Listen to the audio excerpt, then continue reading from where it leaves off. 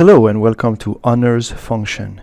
In this fourth unit, we're going to be looking at an important class of function, exponential and logarithm. Historically, logarithm were introduced first. Actually, it is considered one of the most important breakthrough in mathematics, the introduction of logarithm. But nowadays, it is more common to first introduce exponential function in high school. Let's begin a series of 4 lectures on exponential function. Let us first recall exponents. An exponent is just a notation. So we first define an exponent when n is a natural number. And by definition, it stands for the product a times a times a total of n times. So it's a shorthand notation for a repeated product. This notation has its own rule. The two most important rules are a to the n times a to the m is a to the n plus m, and the other one, a to the n to the power of m, is a to the n times m. Now these two rules will be our guidelines to extend the power notation to other numbers than natural number. For example, how can we define a to the 0? So suppose I don't know what a to the 0 is.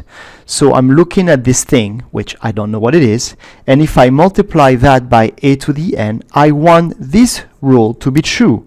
So it has to be a to the 0 plus n. But a to the 0 plus n is a to the n. Therefore, look what happened. If I take this number, this quantity that I don't know, and I multiply by a to the n, I will find a to the n. So this quantity better be 1, right? Because it doesn't matter what a to the n is. It's always a to the n. So this quantity better be 1. And we just set that as a definition. All right? So now, how can I look at a to the negative 1? So for any a to the negative 1 times a is the same as a to the negative 1 times a to the first power, which, according to the same rule, has to be a to the negative 1 plus 1. Now this is, of course, a to the 0, and this was just defined to be 1. Therefore, if you multiply a to the negative 1 by a, you find 1, no matter what a is, right? So that leads to the definition of a to the negative 1 as the reciprocal of a. It has to be the reciprocal of a, right? Okay, let's continue. So now, how do we define a to the negative n? Well, this is a bit easier. A to the negative n is a to the negative 1 times n. So it is a to the negative 1 to the n power according to the second property above. And this is 1 over a to the n. Now, here's another property I did not mention right here. I said these are the two major properties, but 1 over a to the n, if you take a fraction and you raise it to a power of n, it's just 1 over a to the n. Very easy to prove. Therefore, a to the negative n is 1 over a to the n. We do not need to set that as a definition. This is a property. Okay? So now what do we have? Now we have defined a to the n with n in z. Okay? So that's a first extension to the notation a to the n. N is now defined to be an integer. Next extension would be to define a to the r with r in q, right? So before we go there, we need to define a to the 1 over n. How can I define a to the 1 over n? So again, we're going to have the same rule in mind. We want to keep the property above true. So if you take a to the 1 over n and you raise that to the power of n, you're going to find a to the 1 over n times n, which is a to the first power, which is just a. So this is a quantity right here. This is a quantity so that when you raise it to the power of n, you find a, and it's true for any a.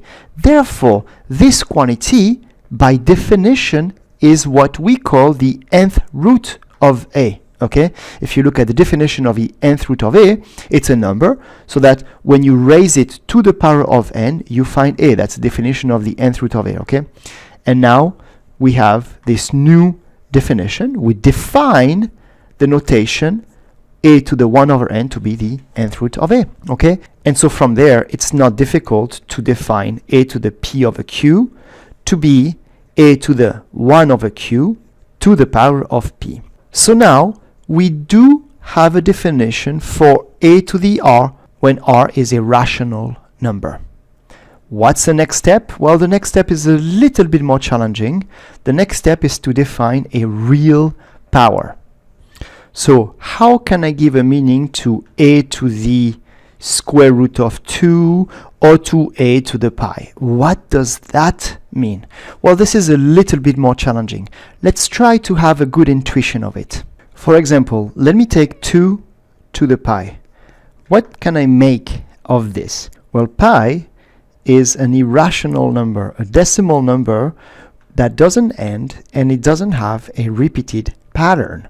So what do we do with this? If it did end, that would be easy. It would be a rational number, right? So let's take a look at the first few approximation of pi when we cut off pi at a given digit. Here, let's take pi. Here is pi with I don't know how many digits. Let me remind you of a construction that we did on class assignment number 19 where we cut off decimals of pi using the floor function. So take pi, multiply it by 10. What is 10 pi? Well, 10 pi is 31.4159, etc., etc., etc. Take the floor of this, right? So it is just 31, and then divide it by 10. So it is 3.1. This is what I'm going to call pi sub 1. Okay. Now let's take pi, let's multiply by 100. So now I have 314.1592, etc., etc., etc. Take the floor of this, right? So it is just 314, and then divided by 100. So it is 3.14. And let's call that pi 2. You see what I mean? So let's do one last with pi 3. What is pi 3? It is 1,000 times pi. So it is 3141.592, etc., etc., etc. You take the floor of this, cancel all the decimal number, the digits after the decimal, and then divide by 1,000. So then it's 3.141. Okay? And so on and so forth. You have a sequence of number that will approach pi, right? As n approaches infinity, you will get all the decimals in pi. So basically we have the sequence of number such that the limit of pi n as n approaches infinity is pi. At the limit it is pi, but none of the pi n of course are pi, right? Okay, now what I can do is I can look at 2 to the pi n. This is defined. Why? Because all the pi n are in Q, right? For example, what is 2 to the pi sub 1? It's 2 to the power of 3.1. So it is 2 to the power of 31 over 10, and that is well defined. What is 2 to the pi 2? It is 2 to the power of 3.14, and this is 2 to the power of 314 over 100, and this is again well defined. So all the 2 to the pi over n are defined. Let's take a look at them. So I'm gonna go to my notes now because I have a table where I have several in a table. Check it out. So I looked at the first 11 pi sub n right here. All of them are in Q. All of them are in Q. And then I looked at 2 to the pi sub n with a calculator. Now check out this number. 8 point something, 8.8, 8.82. See, the number in red are the number that will stick. And at the 11th, I have all of these numbers and they're all the same. It surely looks like the limit of 2 to the pi over n as n approaches infinity. It looks like this limit exists. It does look like it, right? I mean, they're not going to different places. You can show that actually the limit exists, and we define this limit right here that exists, we define this limit to be 2 to the pi. By definition, this limit is going to be 2 to the pi, okay? So it's kind of a complicated definition for a real exponent, for an irrational exponent. At this point, I'm just going to ask you to have an intuitive understanding of it. Let's go over the more general definition of any real exponent. So let's take a real number. There is a result in topology that says that there exists a sequence of rational number such that xn is in Q that approaches x. So such that the limit of xn as n approaches infinity is x. And this is true for any x in R. You can find a sequence of rational number that approaches x. Okay? By definition, we'll define a to the x to be the limit of a to the xn as n approaches infinity. Okay? And this, again, this is well defined because this is a rational number. All right?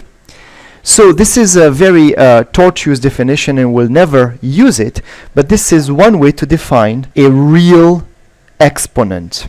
Now, we have to be very careful right here.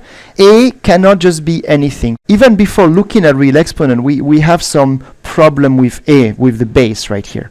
For example, if I take 4 to the 1/2, well, that by definition of this exponent is just square root of 4, and that is 2, right? But if I take -4 to the 1/2, well, that is not, this is square root of -4, and that's 2i. So that is not a real number, it's a complex number. All right? We want the output of our exponential, real exponent, to be real. Therefore, the first thing we need to do is make sure that a is positive. Okay? We have to take a positive base. And that is all. That is the only restriction. Now we can define an exponential function. So the exponential base a is the function y equals a to the x, where a is a positive real number. We'll usually assume that it's not 1, because if it's 1, it's just a constant function equal to 1, right? This is the exponential base a. I'm going to use, the notation for it is going to be exp base a, okay? So exp base a of x is a to the x. This is just me calling, giving a name, x base a, to the whole family of function, okay? So now I can talk about the x base a function, family of function, all right? We can show, if you look at this definition, you could show that all the rules that you know about exponent are still true with real exponent. Let's quickly survey the rule and then let's move on to some examples.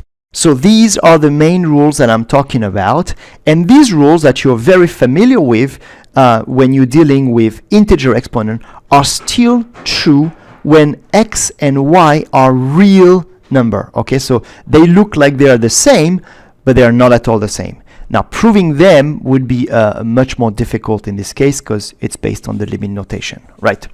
Okay, let's go over some examples and we'll be done with this lesson. So, example number 1. Simplify 2 to the power of 2 to the power of 3. So be careful of the parentheses right here. This means 2 to the power of order of operation, right? Parentheses first. So it's 2 to the 8. And 2 to the 8 is 256. Now, what is 2 to the power of 2 cubed? Well, that's 4 cubed, and 4 cubed is 64, right? So, does this have a meaning? 2 to the power of 2 to the power of 3 has no meaning, right? No meaning. It has no meaning because I have no idea if you mean this or if you mean this. They are completely different. To be able to remove the parentheses, you need the associative property. Okay, let me quickly remind you of it. When I write a plus b plus c, it's all okay. Why? Because a plus b plus c is the same thing as a plus b plus c. Therefore, I don't need to put parentheses. I understand that. So this is all well defined because the addition is associative. It's also true for multiplication. The multiplication is associative. Therefore, you don't need to put parentheses. Okay, everybody understand that. If the operation is non-associative, you cannot remove the parentheses. All right? Second example. Write 9 to the x using a base 3. Well, that's pretty straightforward. 9 to the x is, well, what is 9? 3 squared. So it is 3 to the 2x. That's it. So now it's your turn. Please do number 3. Let me do number 4. All right, simplify this.